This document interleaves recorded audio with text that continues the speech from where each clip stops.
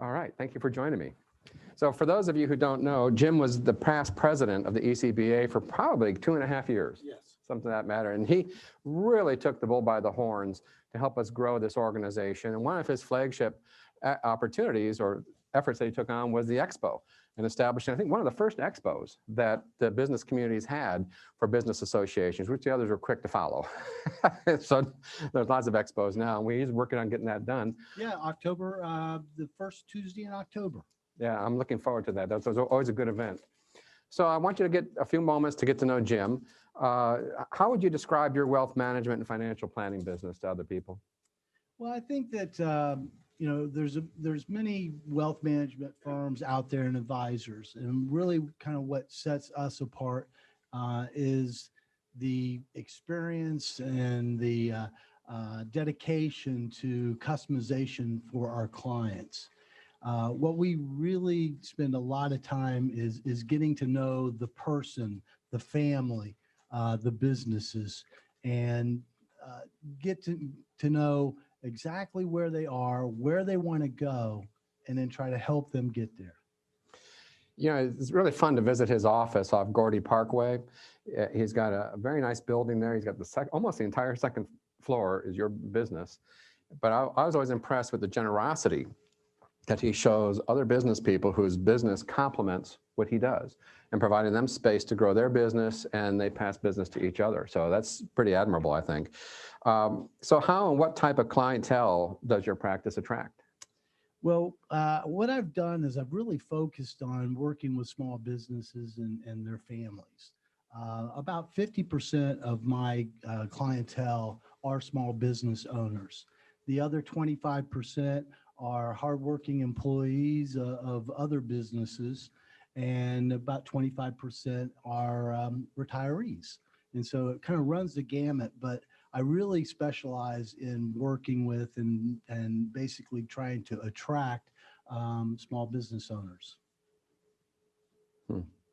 Well, how do you manage, I know whenever I want to talk to someone like yourself, I think there's got to be a connection of values, a connection, an interpersonal thing where you feel comfortable working with the other person. So how do you manage their portfolios? What's your approach to their money? Well, everybody has their own kind of challenges in their lives, as well as their risk tolerance. And so it's really important to understand what those challenges are, what their goals are. And then we talk about risk, and I have many tools to help me and those clients figure out kind of what their risk tolerance is.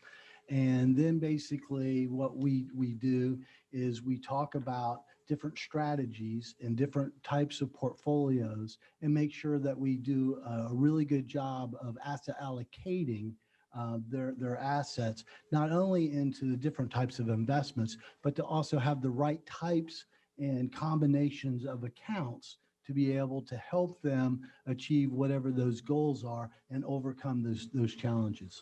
What are some of those tools that you use to help determine their risk tolerance? Well, I have a couple things that companies that I utilize. One is called Morningstar. The other one is called Ibison's. And then the third is 30 plus years of experience. So what I do, and this is kind of interesting, is I take the Morningstar questionnaire and the Ibison's questionnaire and jumble all those questions together and then have the clients actually fill those out.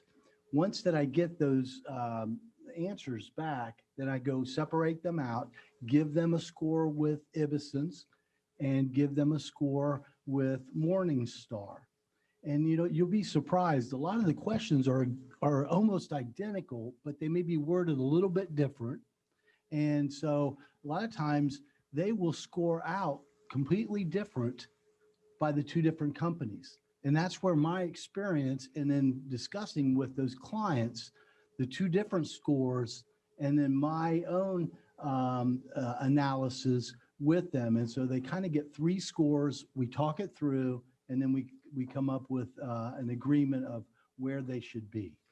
Well, I think it is the fine art of you get data, you get test results, but then it's your experience of 30 years to ask those questions that need to be asked. Yes. probably that just pick up that one little piece of paper and say, oh, look at that. But that's, I'm sure your clients really appreciate that. So are you commission or fee-based? Well, I am actually a hybrid, but my primary revenue comes in from fee-based. What that really does is it enables me to be on the same side of the table with my clients. So I don't make money because I'm telling them to buy something or sell something.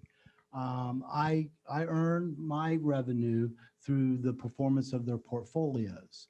And that way, if I were to call you up and say, or have you come in and say, we need to make these changes in your portfolio, you don't have to think and second guess, is he telling me to do this because he needs to make a commission to pay his mortgage at the end of the month? No, because the only reason why I'm ever going to tell somebody to make adjustments is to either give them a better opportunity for growth, or if the markets or some of the securities in their portfolio are doing poorly, to basically limit the downside. And so that, again, that gets us all rowing in the same direction. Well, what are the common mistakes that you see investors make? This is really interesting. And that's because, or what it is they don't always know what they think they know. So that's kind of the first thing. And something that happens all the time is fear and greed get in the way. And so that's kind of a big mistake that happens a lot on the short term. And what my job is to basically recognize that they do have fears, and that they do have some level of greed, wanting to earn money, but to really try to be a ballast in the middle and utilize logic to help them make those ongoing decisions. Well, after 30 some odd years doing what you do, what keeps you motivated?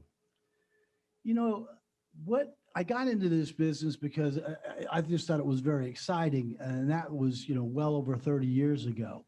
But now what really keeps me going is I've been in the business long enough and worked with enough families to kind of see a lot of them go kind of what I call full cycle, where they may have been just a young entrepreneur or a young professional, and they wanted to really start saving for their future. They got married, they had kids, they bought homes, they bought cars, they went on vacations.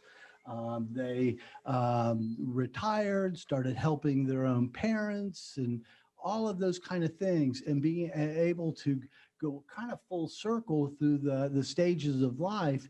And then also a lot of their children now are also clients because they saw what I did for their parents. And a lot of them, I encourage the parents and the grandparents to start investment accounts for those kids and basically help them kind of learn along the way. So it's been a great journey, and it keeps me excited because I look back and go, look at all these lives that I've been able to positively impact and help them be able to kind of live the American dream.